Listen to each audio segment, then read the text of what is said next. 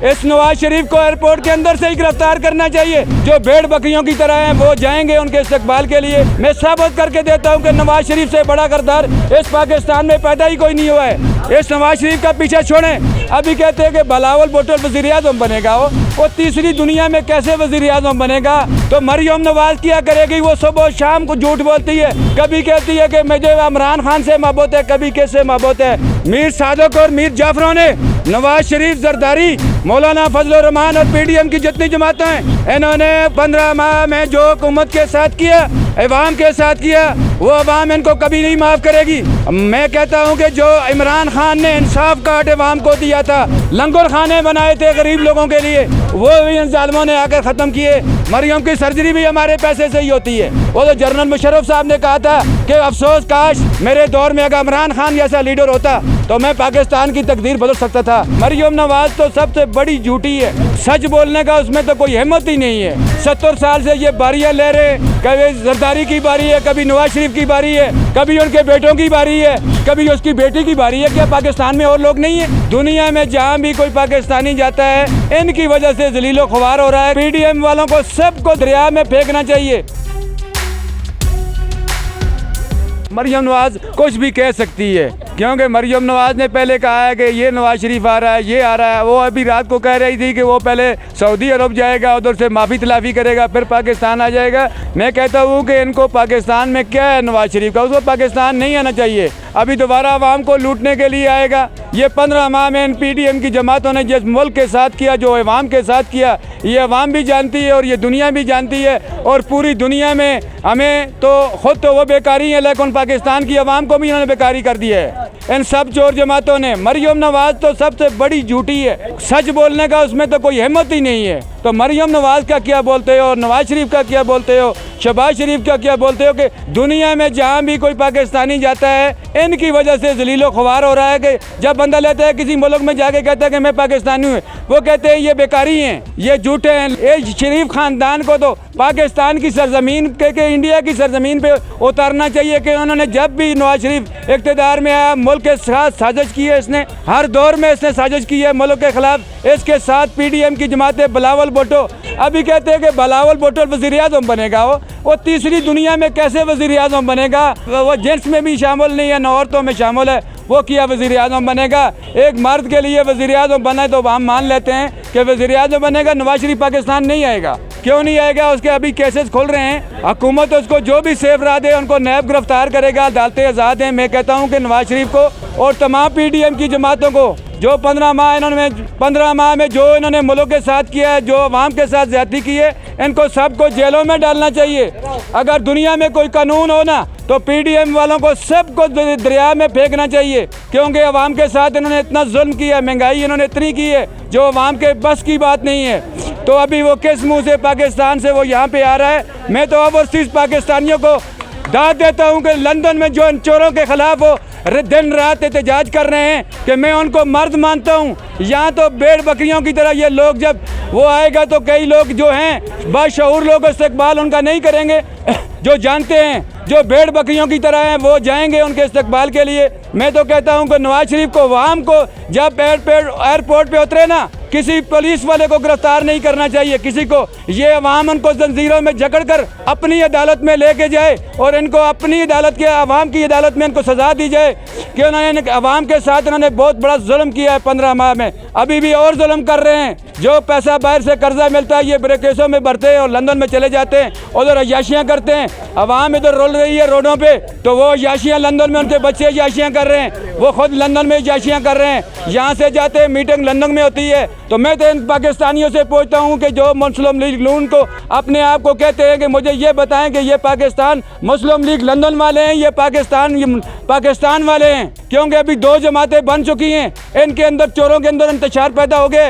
इनको पता चल गया है कि अभी हम इन्हें इलेक्शन नहीं जीत सकते, तो ये आपस में तकसीम इनकी शुरू हो गई है। बड़ा मौला फजल रहमान जो इनका एजेंट है वो सबसे बड़ा जिम्मेदार है, क्योंकि जब उसने ये हुकूमत गिराई, इमरान खान की हुकूमत जब गिराई, तो उसमें सबसे बड़ा जिम्मेदार जो है मौलाना डीजल जिसको बोलते हैं वो है। उसको सबसे ज़्यादा सज़ा मिलनी चाहिए और 22-25 करोड़ आवाम का हिसाब इनको देना पड़ेगा, तब ये इलेक्शन लड़ेंगे। तो नवाज शरीफ तो उसको क्या बोलें, वो यार ऐसे बेवकूफ़ आदमी है, उसको पाकिस्तान नहीं आना चाहिए। क्यों नहीं आना चाहिए? 70 साल से ये बारियां ले रहे, कभी जरदारी की बारी है, कभी नवाज शरीफ की बारी है, कभी उनके बेटों की बारी है, कभी उसकी बेटी की बारी है। क्या पाकिस्तान में और लोग नहीं है? क्या उन लोगों का हक नहीं बनता है कि पाकिस्तान में सियासत करें या पाकिस्तान से इक़्तिदार लें? यही शरीफ खानदान और जरदारी खानदान है, या मौलाना डीजल है, या वो दूसरे MKUM वाले हैं, या वो ANP वाले किरदार हैं। मैं नहीं मानता किसी को। इस नवाज शरीफ को एयरपोर्ट के अंदर से ही गिरफ्तार करना चाहिए और अवाम को गिरफ्तार करना चाहिए। ये अवाम को लूटने के लिए दोबारा आ रहा है, अवाम की तकदीर बदलने के लिए नहीं आ रहा है। मरियम नवाज कहती है कि वो तकदीर बदल देगा। क्या तकदीर बदलेगा? 70 साल से मुल्क को लूट रहा है, अपने फैक्ट्री कारखानियाँ बना रहा है, स्टील मिलें बना रहा है। मुझे ये बताए ना, ये कहते हैं कि उसने मोटरवे बनाया है, ऑरेंज ट्रेन बनाई है। वो प्रोजेक्ट मुझे बताएं जो नवाज शरीफ ने बनाया है, जिसमें उसका सरिया ना लगा हो, उसका सीमेंट ना लगा हो, वो मुझे प्रोजेक्ट उसका बता दे। ये लोग पाकिस्तान के साथ कारोबार करने के लिए आते हैं, जब कारोबार ख़त्म होता है लंदन में चले जाते हैं। इनका अवाम से कोई लेना देना नहीं है, ना इनका अवाम से कोई सरोकार है। ये अवाम को लूटने के लिए आ रहे हैं। जो पैसे ये लेके जाते हैं, ये अवाम पे कर्ज होता है। अभी वो पैसे तो लेके चले गए। ये जो गरीब है, मिडिल क्लास की अवाम है, ये टैक्सों की सूरत में वापस करेगी। उनको तो कोई फर्क नहीं पड़ता है, क्योंकि वो उन्होंने अपना जोबा गर्म करके लंदन चले गए। तो ये टैक्स जो आवाम देगी ना, वो तो नहीं देते। कोई डब्बी की सूरत में देता है, कोई सेब की सूरत में देता है, कोई कपड़े की सूरत में देता है, कोई चीनी की सूरत में देता है। ये पैसा आवाम का होता है, ये आवाम के मुलाजिम होते हैं। कहते हैं कि हम वो अफसर है, किसी को हम अफसर नहीं मानते। ये हमारे टैक्सों से पले हुए लोग हैं, हमारे टैक्सों से खरीदते, प्रोटोकॉल की गाड़ियां में घूमते फिरते हैं। कोई हम किसी को नहीं मानते, कोई लीडर नहीं है। नवाज शरीफ को तो बिल्कुल, मैं कहता हूँ आवाम को एयरपोर्ट से इसको बाहर ना आने दिया जाए। ये तो बहुत बड़ा गद्दार है, ये लोगों पे गद्दारी के फतवे लगाते हैं। मैं साबित करके देता हूँ कि नवाज शरीफ से बड़ा गद्दार इस पाकिस्तान में पैदा ही कोई नहीं हुआ है। हर दौर में इसने गद्दारी की है, हर दौर में इसने फौज के खिलाफ लड़ाई की है। अभी पहले कहता था कि मैं जब जाऊंगा पाकिस्तान में तो मैं फैज़ हमीद और साकिब निसार और जनरल कवैत बाजवा का मैं एहतसाब करूंगा। कल कहता है कि हमने ऊपर आसमान पे छोड़ दिया है। तुमने क्या आसमान पे छोड़ दिया? अवाम को तुमने रुला दिया है, अवाम को तुम घुटनों के बल गिरा दिया। तुमने कहता है मैं अल्लाह पे छोड़ दिया है। तुमने बेशर्म आदमी किधर अल्लाह पे छोड़ दिया है? तुम्हारे जैसा बेशर्म आदमी, मैं तो कहता हूँ कि नून लीग के जो सीनियर लोग हैं वो इस नवाज शरीफ को छोड़ें, इस नवाज शरीफ का पीछा छोड़ें और मुल्क के लिए सोचने के लिए, मुल्क की खातिर आगे बढ़ें। इस नवाज शरीफ ने किया इस मुल्क के साथ नहीं किया है। ये लोग नहीं जानते, जो जानते हैं वो समझते हैं कि 70-75 साल से पैसा इधर कमाते हैं और लेके लंदन चले जाते हैं। बच्चे उनके जाशियाँ करते हैं लंदन में। यहाँ पे गरीब आवाम रोल रही है, बिजली के बिल नहीं लोग दे रहे, बच्चों के स्कूलों को फीसें नहीं दे रहे, उनके बच्चे लंदन में जाशियाँ कर रहे हैं। उनको पता भी नहीं है कि हमारे पैसे जो हमारे अकाउंटों में आए हैं या हमारे बैंक बैलों से जो हमारी फैक्ट्रियां हैं वो कहां से आए? वो पैदा होने से पहले ही बैंकों में शिफ्ट हो गए। तो मरियम नवाज क्या करेगी? वो सुबह शाम को झूठ बोलती है, कभी कहती है कि मुझे इमरान खान से मोहब्बत है, कभी किससे मोहब्बत है, कभी अमयून तलावत से मोहब्बत है, कभी किससे मोहब्बत है। किसी पर भी कोई इल्ज़ाम लगा सकती है। मरियम नवाज की क्या बात करनी है? बात रह गई बिलावल की। बिलावल तो ना किसी में शामिल है, ना मर्द में शामिल है, ना औरत में शामिल है। सबसे बड़ा कसूरवार जो है वो फजलू है, जिसने इनको बिठाया इक़्तिदार पे, आज अवाम को इन हालात पे पहुँचाया। अवाम को इतनी 15 माह में जो महंगाई इन लोगों ने की है, अवाम पे मुसल्लत की है। अवाम 20 साल पीछे भी चली जाए तो ये कर्जे माफ़ अवाम उतार नहीं सकती। वो कहते हैं कि कर्जे हम देते हैं, कर्जे तुम नहीं देते हो जालिम के बच्चों। ये जो तुम कर्जा बाहर से लेते हो ये अवाम देती है। जब अवाम चीनी लेके दुकान पे जाती है, कपड़ा लेने के लिए जाती है, डाल्टा लेने के लिए जाती है, उस सूरत में अवाम देती है। तुम कुछ भी नहीं देते हो, तुम हमारे पैसों से पले हुए टट्टू। तुम सिर्फ एयर कंडीशन कमरों में हमारे फैसले करने के लिए हो, बाकी तुम कुछ नहीं करते हो। ये जो कोई करती है ये पाकिस्तान की बहुत शऊर अवाम करती है। आपके पाकिस्तान के लिए बेहतर कौन है, इमरान खान, शहबाज शरीफ या बिलावल? मैं कहता हूँ कि पाकिस्तान की बेहतरी के लिए इन्होंने 70 साल में नहीं सोचा है। ये अगर इमरान खान को आगे 1.5 साल और लगाने देते, मैं दावे से कहता हूँ पाकिस्तान तब्दील नया पाकिस्तान बन जाता। लेकिन जब इन्होंने देखा कि पाकिस्तान सही समत में जा रहा है, इन्होंने गैर मुल्की एजेंटों के साथ मिलकर इमरान खान की हुकूमत इन्होंने गिराई। अभी कहते हैं ना, मौलाना साहब कहता है मुझे नहीं पता था ये करेंगे। वो खुद जिम्मेदारी उठा रहे।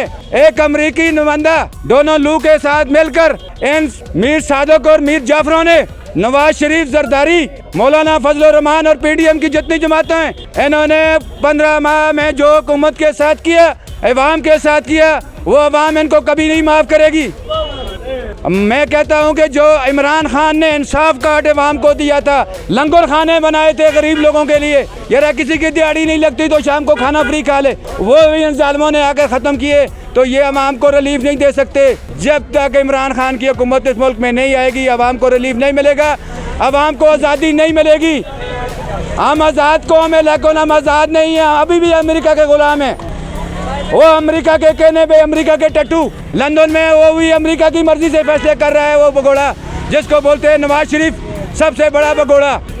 पाकिस्तान में तब्दीली का वाहिदी जरिया यही है कि साफ और शफाफ इलेक्शन कराए और इमरान खान ही जीतेगा। इमरान खान ही मुल्क की तकदीर बदलेगा और कोई नहीं बदल सकता। इमरान खान को किसी चीज़ की लालच नहीं है, पैसा उसके पास पहले का बहुत है, उसका कुछ भी नहीं है। वो सिर्फ ये कहता है कि मैं अपनी कौम को गुलाम नहीं देखना चाहता। मैं एक आज़ाद कौम का, मैं एक मुसलमान हूँ, मुसलमान किसी का गुलाम नहीं हो सकता। लेकिन ये इन बेकारियों ने 15 माह में आकर फिर आवाम को बेकारी बना दिया और अमेरिका के नीचे फिर जाके लेट गए और कहते हैं कि हम बेकारी हैं, हम बूट पॉलिश हैं, हम बूट पॉलिश कर लेंगे, सब कुछ कर लेंगे, हम तकलीफ नहीं सहेंगे, हम आवाम को रुलाएंगे, हम अपने प्रोटोकॉल नहीं ख़त्म करेंगे। मरियम की सर्जरी भी हमारे पैसे से ही होती है, मरियम रगज़ेब की सर्जरी भी हमारे पैसे से ही होती है। नवाज शरीफ की तो बात ही ना करो, वो तो पहले का इस तरह का बंदा है, वो कोई आज नई बात तो नहीं है। वो तो जनरल मुशर्रफ साहब ने कहा था कि अफसोस काश मेरे दौर में अगर इमरान खान जैसा लीडर होता तो मैं पाकिस्तान की तकदीर बदल सकता था।